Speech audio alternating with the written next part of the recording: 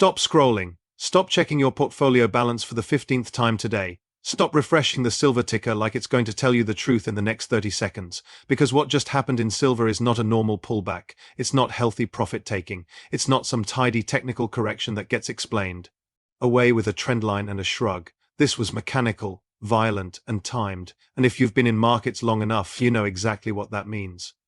I'm Raul Pal, and I'm going to walk you through what actually happened, why it happened, and what it means if you hold physical silver versus paper exposure. Because here's the reality. In moments like this, the chart is not the story. The plumbing is the story, and the plumbing just flashed red. Now first, let's anchor the moment.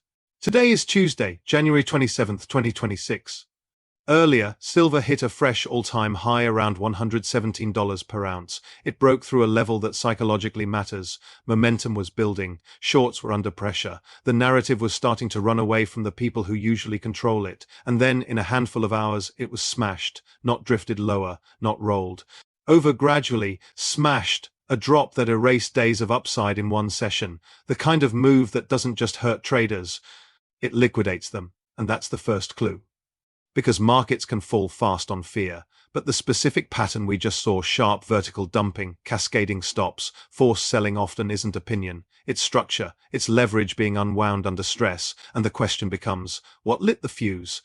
The answer is always the same in these episodes. Margin. Let's talk about the weapon that can kill any rally instantly. Margin requirements. Most people hear margin hike and their eyes glaze over. They think it's boring exchange policy. But margin is the kill switch of the paper market. Here's how it works in plain English.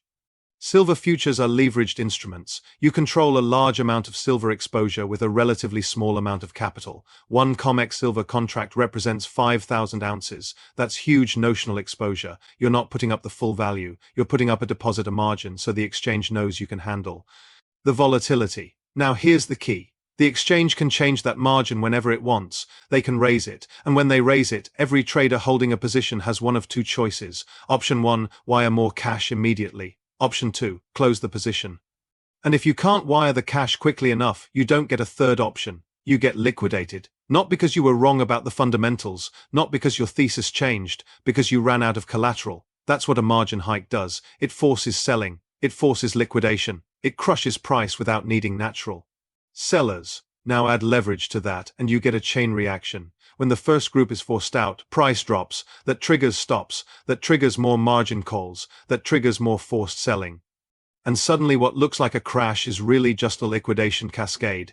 The market didn't decide silver was worth less. The structure decided weaker hands couldn't hold their positions. And that distinction is everything. Because if this move was driven by structure, it tells you something terrifying. The rally didn't end. Because demand disappeared. The rally was interrupted because the paper market had to relieve pressure. Now here's where people get emotional and start screaming manipulation. Let's be careful with language. Do markets get mechanically guided at key moments by rules, leverage, and large players? Yes. Do exchanges use margin policy to control volatility and reduce risk to the clearing system? Yes. Does the timing of margin changes often coincide with moments of maximum stress? Also yes, so you don't need conspiracies to understand what just happened. You need to understand incentives. The exchange's number one job is to protect the clearinghouse. The clearinghouse cannot allow a disorderly squeeze to blow up participants who can't pay.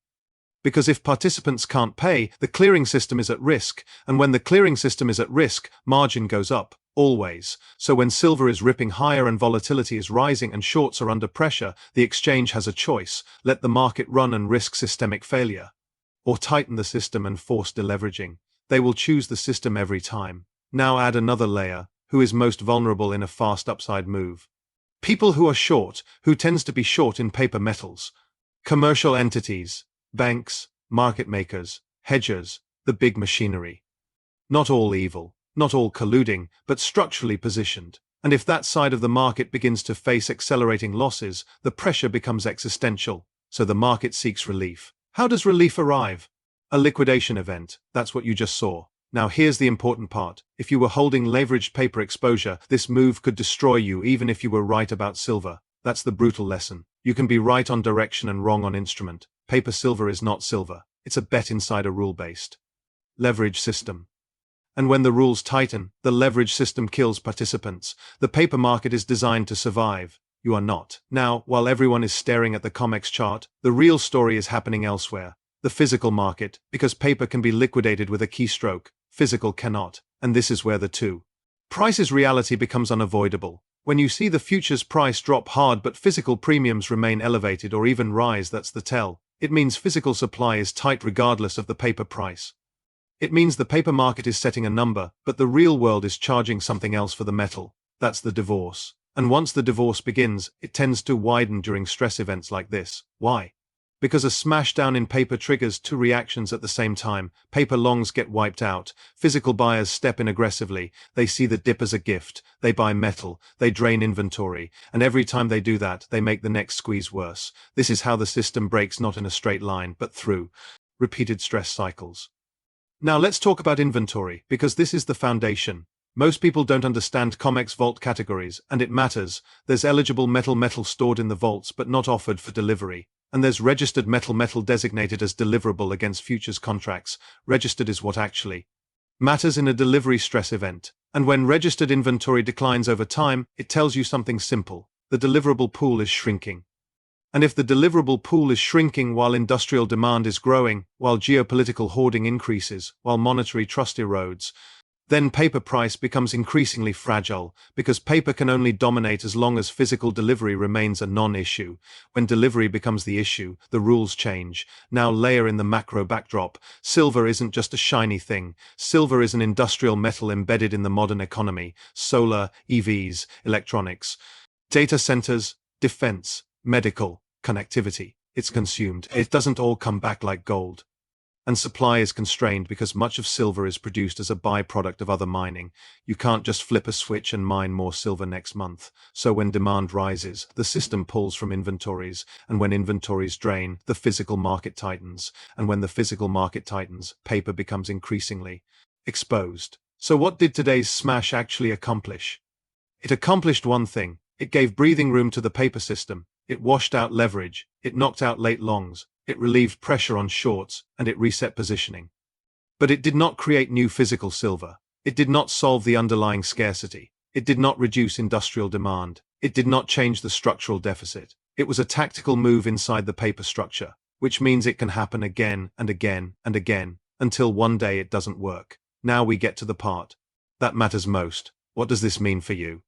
There are three types of people watching this. First, the leveraged paper trader. If that's you, you now understand the real enemy is not being wrong. The enemy is the structure, margin hikes, stop cascades, forced liquidations. You can be right and still get destroyed. If you insist on trading the paper market, you must size positions like you're expecting an ambush because you are. Second, the physical holder. If you hold physical silver allocated in your possession or properly stored, you are not subject to margin calls. You cannot be forced liquidated. Your position cannot be closed by an exchange rule change. You will see volatility in the headline price, yes, but the fundamental reason you hold physical is because it is outside the leverage machine.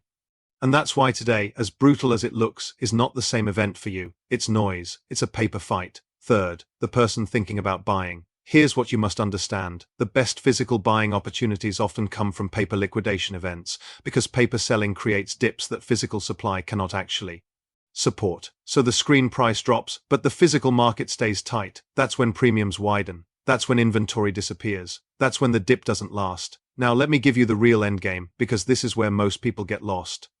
There are only three ways this resolves. Scenario 1. The paper market eventually raises price to meet physical reality. The system survives, but at higher prices. That's the controlled repricing. Scenario 2. The split becomes permanent. Paper trades one price, physical trades another, and the paper price becomes increasingly irrelevant outside financial markets. Scenario 3. The hard break. Delivery stress hits critical mass. The paper market cash settles. Force majeure language appears. Confidence breaks.